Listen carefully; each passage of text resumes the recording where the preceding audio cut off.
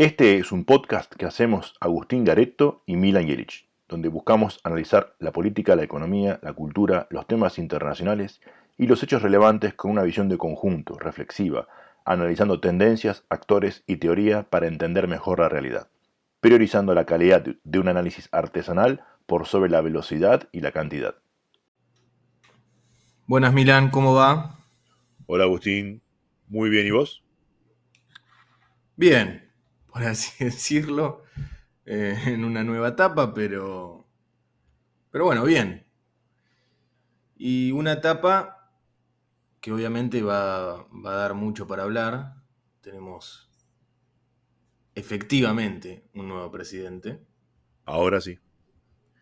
que asumió el domingo pasado. Y este episodio es diferente a los últimos, no solo al último, sino a todos los anteriores, o a gran parte de los anteriores, principalmente porque los últimos episodios siguieron, podemos decir, con la estela de la campaña y las elecciones. Por lo tanto, no se centró tanto en la práctica del gobierno nacional, sino más bien en intentar definir a los candidatos. ¿Cuántas veces mencionamos a Alberto en los últimos episodios? Casi nunca. Pobre Alberto. Pero este episodio, a su vez, vendría a ser como un parteaguas, porque da inicio a una serie de episodios donde van a configurarse dos ejes. El primer eje está basado en el descubrimiento de Milei, es decir, en aquel esfuerzo por intentar familiarizarse con este fenómeno político que se presenta como novedoso, que en efecto tiene cosas nuevas, pero también tiene cosas viejas, por así decirlo, ¿no? Este eje estará sustentado más en la reflexión, y no en una reflexión al infinito, es decir, una reflexión abstracta, sino con cosas concretas. El otro eje habla desde la práctica del gobierno, es decir, el qué hacen y su respectivo análisis. Por ejemplo, qué medidas toman y qué generan o no generan esas medidas. En estos dos ejes se basarán los próximos episodios, sin dejar de lado, obviamente, otros actores políticos de igual relevancia como son los de la oposición, vamos a decir en general los que no están en el gobierno nacional. Habiendo dicho lo anterior, quiero hacer salvedades. Primero que nada, este episodio lo estamos grabando el día miércoles 13 de diciembre. En este episodio no hablaremos de las medidas que se tomó esta última semana. Eso quedará para el siguiente episodio. Que a su vez, ¿por qué? Básicamente porque vamos a contar con un espacio temporal más amplio, con más medidas seguramente, pero quizás también con respuestas de otros actores, ya sean poderes mismos del Estado, el legislativo o el judicial, de la oposición, de sectores de la economía, como también de la sociedad civil en general. Así que si te parece, después de haber dado este sermón y estas introducciones y salvedades, damos comienzo a este episodio con ya Milei presidente. Comencemos entonces. Quisiera que hablemos de lo que sucedió el domingo, que fue en la Asunción. Hay muchas cosas para ver en lo que fue el discurso. Voy a hacer una especie de desglose de cosas que me llamaron la atención y luego las profundizaré. Son tres: la legitimación a partir de la herencia, el culto al líder y la delimitación de su mandato. Culto al líder me encantaría haberle encontrado otro nombre, pero bueno, no estuvo en mi imaginación alguno mejor, pero ya voy a profundizar a qué quiero ir con eso que se llama culto al líder. Primero arranco con la cuestión de la legitimación de la herencia. ¿Qué quiero decir? Claramente la situación argentina es dramática y en gran parte es por el gobierno saliente, específicamente por la gestión de Massa. Sin embargo, la decadencia argentina y los desaciertos en materia económica vienen desde mucho más atrás.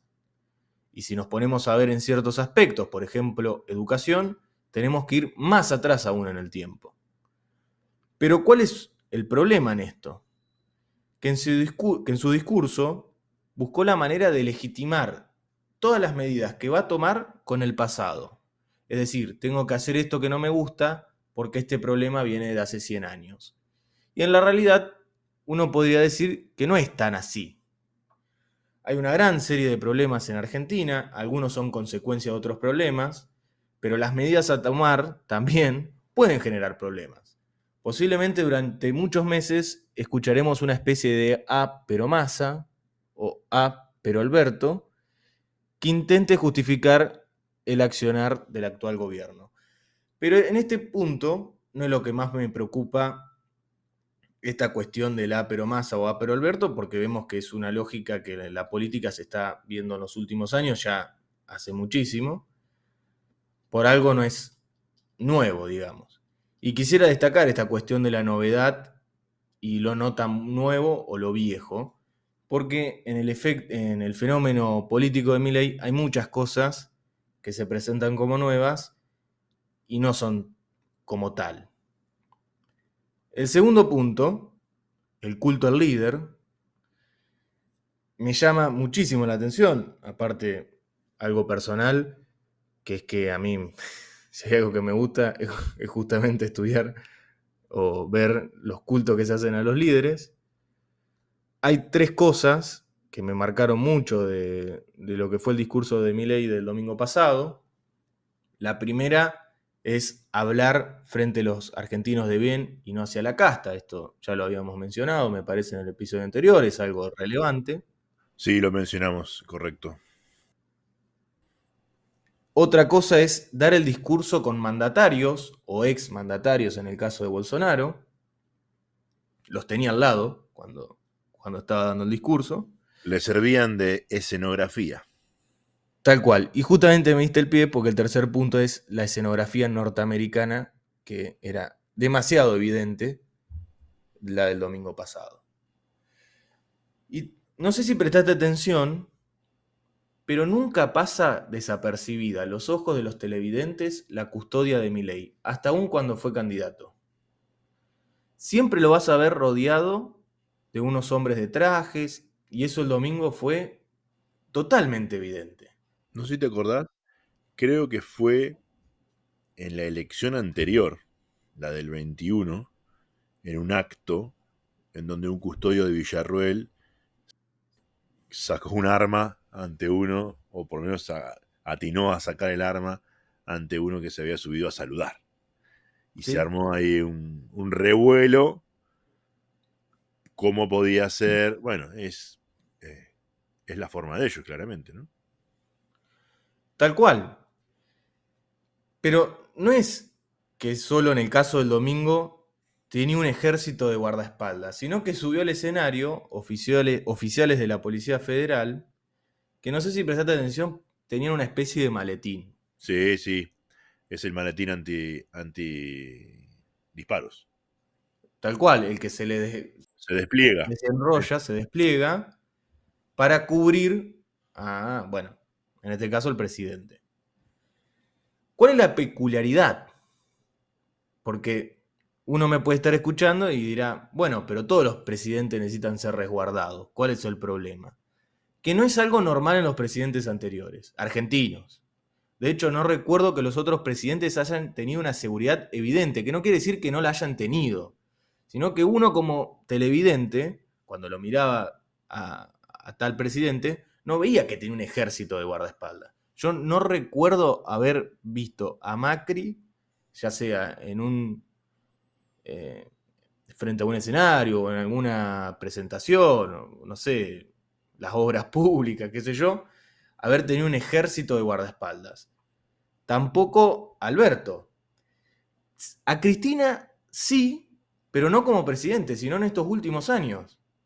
De hecho, cuando intentaron el intento de magnicidio, estaba rodeada de guardaespaldas, que justamente se había puesto en duda cómo hizo para que pase eso teniendo tanto guardaespaldas encima. Pero que yo recuerde, está bien que tenía pocos años, pero no recuerdo una imagen de Cristina rodeada de guardias. La cuestión no es en sí si tiene o no tiene guardias. La cuestión está en crear la escena cinematográfica de estar rodeado de guardias. Algo que es muy común en los presidentes norteamericanos. Recuerdo cuando Trump salía a correr y alrededor tenía un despliegue. Creo que, no sé si, ahora estoy en duda si había sido Trump o Barack Obama, Obama, no lo veo a Trump corriendo. Juega más al golf. por el Central Park. Me parece que habían, y bueno, estaba rodeado de guardias. Ahora, ¿por qué hacer tanto foco en esa escena cinematográfica? Bueno, una, creo yo, es esa cuestión de crear la hipótesis de conflicto, o esa hipótesis de amenaza, de que hay un presidente que está amenazado por algo. De hecho, que le hayan revoleado una botella, da como en cierta épica de decir, no es que le revolaron una botella, ¿cómo no va a tener un guardaespaldas que tenga el maletín antidisparo? Y me retrotrae a la imagen de Cristina víctima, del líder que es como ese ser con mayúscula, que no solo que es representante del pueblo, sino que el pueblo está encarnado en él, en los argentinos de bien está encarnado él mismo, que los malvados, o sea, los argentinos de mal, intentan bajar de alguna forma. Y sufren como el pueblo. Tal cual. Y quiero volver a remarcar otras dos cosas que también dije sobre el culto al líder, que es el estar rodeado de mandatarios extranjeros y la escenografía norteamericana. La primera claramente es una necesidad de mostrarse como alguien que tiene poder, que tiene lapicera, la lapicera para hacer algo, pero también que tiene la valentía, porque lo llevó a Zelensky. Entonces podemos decir, bueno, tiene la valentía de Zelensky, tiene la valentía de Orbán en Hungría y la que tuvo Bolsonaro en Brasil. Igual déjame hacer una aclaración. Zelensky está en guerra, el mundo lo mira, pero no deja de ser Ucrania, un país grande, pero no relevante en el mundo. Orbán es el primer ministro de Hungría. Yo no recuerdo que haya venido nunca un primer ministro de Hungría a Argentina. Y si vino habrá pasado totalmente desapercibido. No es que estaba rodeado de Xi Jinping, Putin, Biden, No, no, ni Lula estaba siquiera. no. Entonces era una escenografía, pero medio de extras. Sí, es de inventar cierta épica. Orbán, lo único que los conocen en Occidente son aquellas personas que en cierta forma nos molesta esta cuestión, o nos inquieta, mejor dicho, la cuestión de los reaccionarios. Yo no conozco a mucha gente que tenga en mente quién es Orbán, por lo menos en Argentina, excepto los que sí ven o están constantemente informados de esta cuestión de movimientos reaccionarios que suceden y que Orbán justamente va un poco en esa línea. Pero es tal cual, digamos, no es un superpoderoso. Eh, no lo es. No tenía a las grandes potencias alrededor, para nada. Y otra cosa más que va en consonancia con esto de mostrarse como alguien que tiene poder, dejó de citar tantos intelectuales y llamó mucho la atención que cita Roca. Por lo menos a mí me cita, perdón, me llama la atención por quién fue Roca, que Sí. justamente es una de las personas que intentó consolidar el Estado Nacional, al que él le achaca el 100% de los Todos los problemas. males. Entonces es como medio inconsistente ahí. Pero bueno. Bueno, una de las cosas de las líneas que dijiste, esto de ir conociendo a Milei, vamos a ir también conociendo, esto es una especulación mía, pero veremos a ver si tengo razón o no, vamos a ir viendo su enorme inconsistencia intelectual. Ujú.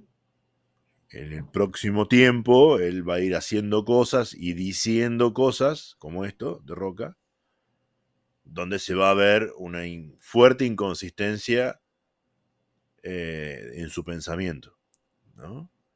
Eh, como decís vos, antes citaba algunos autores y quiero ver cuánto de eso queda. Yo creo que va a mutar muchísimo. Y cuando vos mutás de pensamiento político, de filosófico, es porque no tenías ni el anterior ni el nuevo muy firmes. Y tampoco da como cierta imagen de ser alguien ecléctico. Porque uno Claro, podría decir, bueno, hay una persona ecléctica que agarra un poco de todo. toma Yo no algo de lo cada veo, uno. no creo, no veo eso en él. Más No, bien veo a alguien que tiene cierta obsesión con un par de cosas y bueno, hoy me obsesiono con esto, mañana me obsesionaré con otra cosa. me parece una muy buena descripción. Después, perdón, antes había tocado el tema de la escenografía, la cuestión esta, eh, que es evidente 100% norteamericana, no es popular, por lo que el progresismo latinoamericano entiende por esa palabra, es decir, no vas a ver una bandera de los pueblos originarios, eso ni se te ocurra, pero tampoco es del PRO. Escenarios y rituales, los del PRO, que se parecían más a despedidas de año empresariales más que a un mitin político. Totalmente. Y la de Milei fue muy norteamericana. Pero acá quiero hacer una aclaración porque en Norteamérica la escenografía, obviamente que va evolucionando porque las cosas cambian y va a haber una cierta evolución, la tecnología y demás, pero es, digamos, despersonalizada. Es el presidente de los Estados Unidos. Hoy es Biden, mañana puede ser de vuelta Trump. No, no hay un, si bien obviamente los presidentes son muy importantes, hay cierta historia, es como que toda esa escenografía norteamericana descansa en cierta despersonalización. Que me parece que en la de Milley hay al revés, hay una personalización de esa escenografía. De hecho, que ya hayan hecho un logo con presidente electo era medio raro. Pero, Bastante. pero bueno, Y yo te diría que la estética es estadounidense, pero más hollywoodense. O sea, de lo que vemos nosotros en las películas, en las series, sobre cómo representan al poder. No tanto el poder en serio. sí, es muy, me lo has dicho muchas veces, es muy House of Cards. Muy House of Cards, sí, sí, totalmente. Y finalmente, para cerrar esta cuestión del discurso, traigo el tercer punto que también me gusta mucho, que es la delimitación del mandato. Recordemos que eran tres, ¿no? La legitimación de la herencia, el culto al líder, y este tercero, la delimitación del mandato. Este tercer punto es un gran desafío por parte de Milei, creo que es el punto decisivo, donde deberá demostrar sus virtudes. ¿Qué quiero decir con esto de delimitación del mandato? Hemos tratado la cuestión del mandato en episodios anteriores. Básicamente la podemos definir como aquellos motivos por los cuales el electorado te votó. Son varios los motivos, porque son subjetivos de cada votante. Pero Milei, en su discurso de Asunción, intentó delimitarlo, le puso ciertos límites. Voy a señalar citas que traje del discurso de él. Una es, los argentinos han expresado una voluntad de cambio que ya no tiene retorno. No vamos a tolerar que la hipocresía, la deshonestidad o la ambición de poder interfieran en el cambio que los argentinos elegimos. Otro es, vamos a avanzar con los cambios que el país necesita. Ahora, ¿qué es necesario para el cambio? Milei nos responde, la solución implica un ajuste fiscal en el sector público nacional de 5 puntos del PBI que a diferencia del pasado caerá casi totalmente sobre el Estado y no sobre el sector privado. En síntesis, podríamos decir que Milei diría me votaron para ajustar. ¿Es tan así? Bueno, tengo mis dudas, pero quiero dejar en claro algo. Perón también tenía un interés de qué hacer de Argentina. Un proyecto político y de poder. Uno después puede juzgar si le gusta o no, si le parece apropiado o no. Pero hay una particularidad con Perón que fue el 17 de octubre, que es quien lo delimitó. En aquella manifestación que abogaba por la liberación del ese entonces secretario de Trabajo y también que se presenta a elecciones, hubo un principal actor, el 17 de octubre, que fue el incipiente movimiento de trabajadores. Fue ese movimiento quien lo delimitó a Perón, que a su manera le expresó para qué lo querían en el poder. Y allí fue cuando Perón tuvo que ajustar sus intereses si es que realmente quería poder. ¿Milei tendrá su 17 de octubre? ¿O voy más allá? ¿Podrá Milei delimitar su mandato? Seguramente veremos a lo largo de su gestión esta cuestión de delimitación. No podemos negar que Milei no tiene ese interés. Y de hecho, una de sus herramientas es justamente la comunicación. Comunicación que es entre líder-pueblo, sin intermediarios, y muy apoyado en el culto al líder que mencioné antes, pero también en el aspecto de la novedad, de lo nuevo. ¿Es tan nuevo? ¿Cuánto de nuevo y de viejo tiene el presidente? Y acá quisiera dar a pie a la conformación del gabinete. Sí, que cuando mirás el gabinete, la primera línea, y de a poco se van conociendo segundas y terceras líneas, te das cuenta que tan nuevo no es. De hecho, Caputo, ministro de Economía, fue ministro de Macri. Fue el creador de las LELIC, que tanto criticó Milei. Hay un videito dando vueltas por ahí donde Milei dice, Caputo nos dejó las LELICs y demás. Bueno, y ahora lo trae. Y el resto del equipo también había estado con Caputo en el ministerio. Bullrich también había sido la ministra de Macri de Seguridad, el mismo cargo que ahora. El ministro del Interior, Guillermo Francos, un hombre del peronismo, que fue director del Banco Provincia, que conoce a todos en las provincias y en el peronismo. Que fue quien también inició el proyecto político de Caballo. Así es, exactamente. Después, bueno, Luis Petri, que viene de los radicales, lo habíamos mencionado en el episodio anterior, viene de Mendoza, del grupo de Cobos. Guillermo Ferraro, ministro de Infraestructura, también estuvo en diferentes gobiernos argentinos en las últimas décadas. Acá hay un personaje extraño, que no puedo decir que sé mucho de él, pero Mariano Cunio Libarona. Hasta parece risueño, porque se hizo conocido con el tema de Coppola y del jarrón, y de ahí en adelante tuvo idas y venidas mediáticas. Algunos dicen, lo conoce a todo el mundo en los pasillos de Comodoro Pi. Puede ser, pero si esa es la nueva política con la justicia, uno que estuvo metido con el jarrón y que defendió a un montón de gente medio dudosa, tan nuevo eso no es, ¿no? Y después sí, hay unas personas que son nuevas, Diana Mondino, Sandra Petovelo y Nicolás Pose. Creo que Pose, de todo el gabinete, es como lo más novedoso, vos decías la novedad, no lo nuevo, lo más novedoso y lo más eh,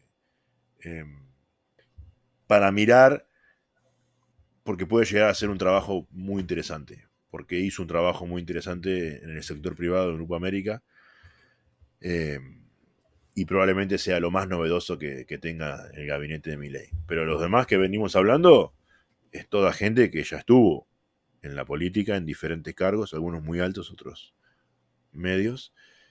Y luego, si analizamos las secretarías, nos encontramos con, por ejemplo, Flavia Rollón, que va a estar en minería, que fue la secretaria de Energía del gobierno de Alberto Fernández. O sea, cambió casi que de una oficina a la de al lado, pero dentro del mismo esquema. Pablo de la Torre, que es el hermano de Joaquín de la Torre, el histórico varón de San Miguel, fue intendente varias veces y es el que maneja ahí el municipio de hace muchos años. Trabajo y Desarrollo Social, Omar Yassin, que viene de Córdoba, es algo que no mencionamos el nombre de él, pero sí mencionamos algunos arreglos que había habido con Schiaretti y este es uno de ellos. Y así podemos encontrar en diferentes lugares Rodolfo Barra, porque Rodolfo del Soro estuvo en la época de los 90. En diferentes lugares podemos encontrar diferentes personas que han estado en otras gestiones. Que si son buenos, no está mal rescatar gente buena de otras gestiones o gente que haya tenido experiencia. Pero no fue lo que nos vendió Milei en la campaña y en los años anteriores mientras se hacía conocido. Y ahí creo que hay un elemento muy interesante para ver cuán consistente va a ser con sus ideas y con su accionar político, como decíamos un momento atrás, ¿no? Porque vendió una cosa y está mostrando otra. La otra será buena o mala, lo iremos viendo, pero claramente es distinta de la que había vendido antes. Y no me quería olvidar de Scioli, que queda en la embajada de Brasil. Si hay alguien que es casta en este país, estuvo con Menem, con Dualde, fue vicepresidente de Néstor Kirchner, 2 veces gobernador de la provincia de Buenos Aires, ministro de Alberto Fernández, por corto tiempo pero ministro, embajador de Alberto Fernández en Brasil, y continúa. Y no sé si viste la imagen cuando va la delegación de Brasil, que él viene detrás, viene Scioli detrás, el domingo, cuando Sí, sí. las delegaciones lo saludan al presidente, pasan los 2 brasileros, y Milei le dice, vos no sos brasilero, y se saludan, se abrazan, no sé qué, ahí riéndose, como si fueran amigos de toda la vida, porque se conocen hace mucho tiempo. Uh-huh. Y ahí es donde uno también trae argumentos para decir, Milei no es lo nuevo. Porque ha estado trabajando con Scioli antes, ha estado trabajando en diferentes fundaciones, organizaciones, asesoró a uno, asesoró a otro. Entonces, no es tan nuevo como vendió. ¿Qué es esa la cuestión? La cuestión no es que no sea nuevo, eso no es un problema, lo has dicho hace un rato. El problema es que él, eh, o la inquietud que a uno le genera, es que él dijo, no se puede cambiar con los mismos de siempre. Y evidentemente los mismos de siempre parecen estar. Se está quedando Mitchell, capaz que en los próximos días lo cambian, pero en la aduana, el acusado número 1 de hacer cosas raras con las importaciones y exportaciones, hace 2 días que sigue en el cargo. Sí, no, Increíble. podemos encontrar cualquier cosa, eh, hasta quizás algunos espías que perdieron el trabajo en estos últimos años también aparezcan, pero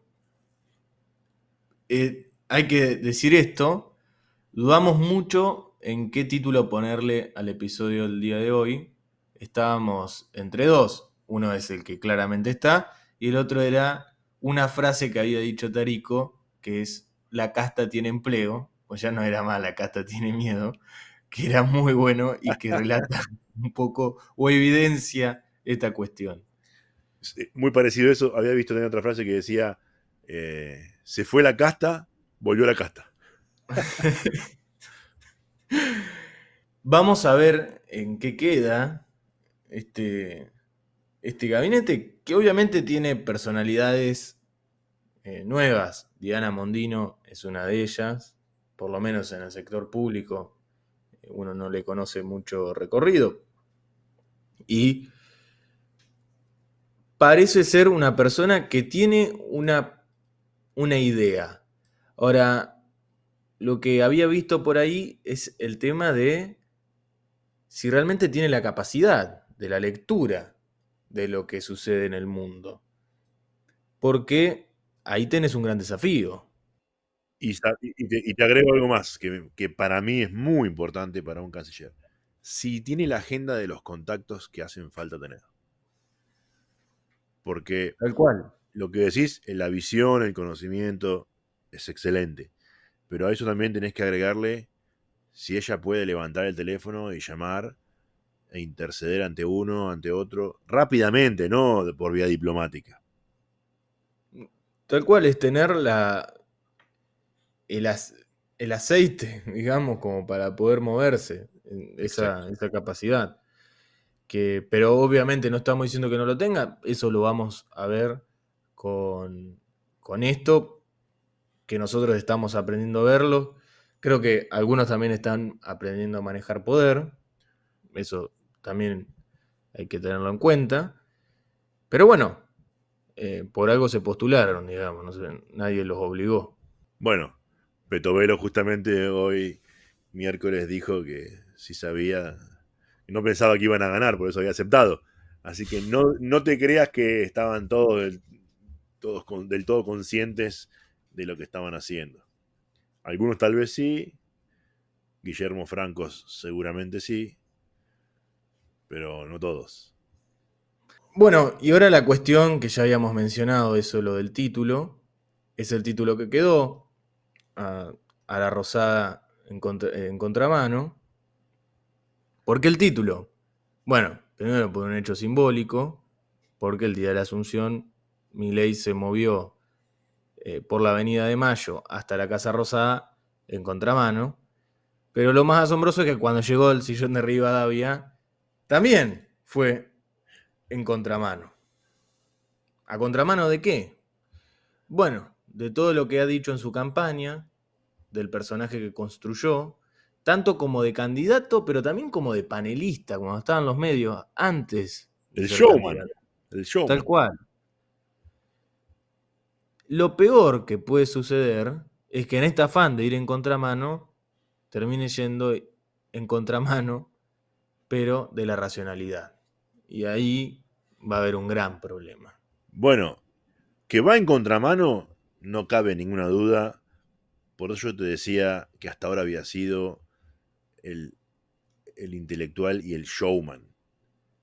Creó un personaje basado en ciertas ideas. Vamos a enumerar algunas. La dolarización, eliminar el Banco Central, que los impuestos son robar. Me voy a cortar un brazo antes de subir un impuesto. ¿Cuál de los dos Lo será, dijo no? ¿El él. izquierdo o el derecho se va a cortar ahora que subió los impuestos? Eh, Zurdos de mierda, viejos meados, el Papa es el demonio, eh, y un No voy a montón de... negociar con comunistas. Cierto, no hubo negociación comunistas y no me acuerdo si fue ayer o hoy, pidió extender el swap con China, le mandó una carta a Xi Jinping directamente. Y mantiene a Scioli para que le mejore su relación con Lula porque ahora le parece importante tener una buena relación con Lula. Y esto es una aclaración porque son medios brasileros. Uno igualmente hay que tomarlo con pinzas. Hay cierto rencor del lado de Lula a la cuestión de Milei. Y de hecho los medios brasileros están analizando mucho el fenómeno Milei porque claramente ven una conexión con Bolsonaro. Así que no es gratis todo lo que ha dicho en su campaña. Es que no es gratis, incluso para lo que vos mencionabas hace un momento atrás, eh, esto de que él se arrogó en el discurso el apoyo de la mayoría del pueblo argentino por un cambio. Y mi análisis es que es verdad, el 56% de la gente que lo votó cambiar. En toda elección es o continuidad o cambio. Claramente votó cambiar, que no siga el kirchnerismo, el peronismo en el gobierno. Pero no hay que equivocarse con los números, porque el que votó por la motosierra, la dolarización, la, el impuesto a robar y el individualismo fue un 30%. Uh -huh. El restante votó por cambio más probablemente en contra del otro que a favor de.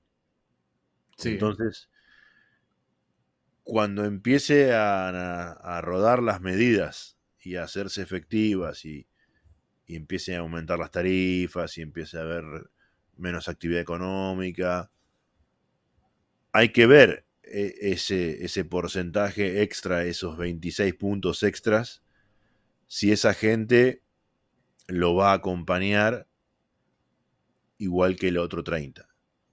30 que está viendo que lo que votó ahora es distinto. Tal cual. Pero que también hay que mencionar que no solo el 55 es heterogéneo, el 30S también es heterogéneo. Es muy llamativo, había salido un focus group muy importante de cuáles eran las ideas que más le gustaba a este sector más fanático, por así decirlo, más cercano de Milei. Y la idea que mayor eh, apoyo tenía era eliminar el Ministerio de la Mujer. Así. O sea, eliminamos el Ministerio de la Mujer, se solucionó todo. Y después otras ideas, ya no tanto. Entonces, es como que yo no sé si realmente hasta ese 30 quería motosierra. Porque, o quería motosierra, pero no para que le corten la cabeza a ellos. Porque eso también es otro tema. Bueno, él jugó muchísimo con la emocionalidad, ¿no? ¿Qué es lo que mueve a la gente? ¿Qué es lo que a la gente enojaba o enoja todavía? Y supo dar en la cabeza del clavo en algunos elementos importantes, la casta, el gasto público, los privilegios, los planeros, etcétera, en donde cuando vos movilizás la emoción de alguien, no necesariamente está relacionado con la racionalidad. Y diríamos que casi nunca. Algunas veces sí, pero la mayoría de veces no. Y por ahí movilizaste a alguien porque está enojado, porque otros tienen privilegio, pero no necesariamente puede ser que quiera que el otro no tenga, capaz que él también quiere tener el privilegio que no llegó a tener. Hay Tal miles cual. de explicaciones, como hay una por cada persona. Sí. Eh, con lo cual, haber apuntado tan directamente sobre la parte más emocional de la gente y no sobre la racional, hace que tenga esa heterogeneidad, porque cada uno le va a poner a su emoción algo de racionalidad que va a ser, como dije, individual para cada uno. Y justamente me das pie a ese desafío que dije de la delimitación del mandato. Porque hay un individualismo muy exacerbado en esta lógica de este pequeño grupo más fanático, digamos, de Milei, que cada uno puede entender cualquier cosa y entendiendo bajo la lógica de este individualismo es como cada uno puede querer lo que quiere, entonces hay una inflación de por qué te voté y cómo delimitas eso. Bueno, ese es el desafío que tiene, es un gran desafío. De hecho, dar con esa delimitación es, si lo logra, va a ser un gran logro desde el punto de vista de cómo manejar el poder. Veremos si está en sus capacidades. Es el gran desafío de todos, lo hemos dicho en muchos episodios anteriores, interpretar cuál es el mandato que la gente le da. El que equivoca el mandato no le va bien. Y el que logra interpretarlo bien, bueno, tendrá un apoyo más prolongado en el tiempo. Ujú. ¿Sabes que dijiste una palabra, el individualismo, no? Yo también la dije, pero cuando vos la mencionaste me hizo acordar a algo que había recortado para comentar en este episodio y no quiero dejar de mencionarlo. Es una parte del discurso, podríamos decirle, de las palabras del arzobispo de Buenos Aires, García Cuerva, el domingo en la ceremonia interreligiosa que se hizo en la catedral, Te lo voy a leer porque me parece que es interesante para entender este individualismo, yo diría exacerbado, que presenta Milei, que lo presenta incluso como en oposición al colectivismo de los socialistas, de los comunistas, ¿no? Y que eso tiene es correcto teóricamente, ¿no? El colectivismo es una cosmovisión, el individualismo es otra cosmovisión, pero hay una tercera, que es la cosmovisión trascendente. Y déjame leerte esto que dijo él, porque me parece muy interesante para entender esto del individualismo, ¿no? Dice, como nos decía el Papa Francisco, allá por octubre del 2021, la verdadera libertad se expresa plenamente en la caridad. No hay libertad sin amor. Una de las concepciones más modernas es esta. Mi libertad termina donde empieza la tuya. Pero aquí falta la relación y falta el vínculo, nos dice el Papa. Eso es una visión individualista. Yo comparto totalmente con esta frase de García Cuerva, porque la libertad así a secas, ¿cómo es que dice Milei? El El derecho, proyecto el irrestricto, proyecto irrestricto, la vida del prójimo. sí, no es irrestricto, porque si tu Si hermano yo se está... quiero salir a matar gente que se viste con remera amarilla, lo puedo hacer, digamos. Bueno, claro, exactamente. Y si, y si tu hermano se está muriendo al lado y bueno, pero yo tengo que ir a otra cosa, no, bueno, te tenés que ocupar también de eso. Es porque somos seres humanos que convivimos en comunidad. Entonces, hay un grado enorme de individualismo en Milei y que él se apoyó en un individualismo que está, por muchos estudios, ¿no? Eh, está desarrollándose cada vez más en la sociedad argentina. No es que él propuso algo irrisorio que la gente lo votó. No. Su idea va de la mano con las condiciones que está en la sociedad, que seguramente la pandemia algo que tiene que ver, pero hay otros factores más también, ¿no? Sin duda que hay factores previos y aún más que la pandemia los exacerbó y los hizo carne, digamos, ¿no? Y que aún seguimos viendo las consecuencias de eso. Con lo cual, esa frase me parece interesante y es algo que vamos a ir también, que podríamos ir desarrollando en los próximos episodios, porque a vos que te gusta tanto la Revolución Francesa, ¿no? Libertad, igualdad y fraternidad. Desde la Revolución Francesa, Occidente se debate entre más libertad y más individualidad y así nos fuimos matando entre todos.